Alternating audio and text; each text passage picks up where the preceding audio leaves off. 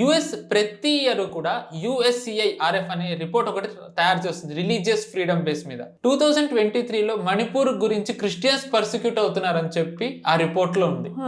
And ఇప్పుడు Trump land గురించి మాట్లాడాడు. ఈ ఇయర్ రిలీజ్ చేసిన దాంట్లో ఉమర్ ఖలీద్ గురించి వీళ్ళు మాట్లాడారు. ఉమర్ ఖలీద్ ని జైల్లో పెట్టారు నార్త్ ఈస్ట్.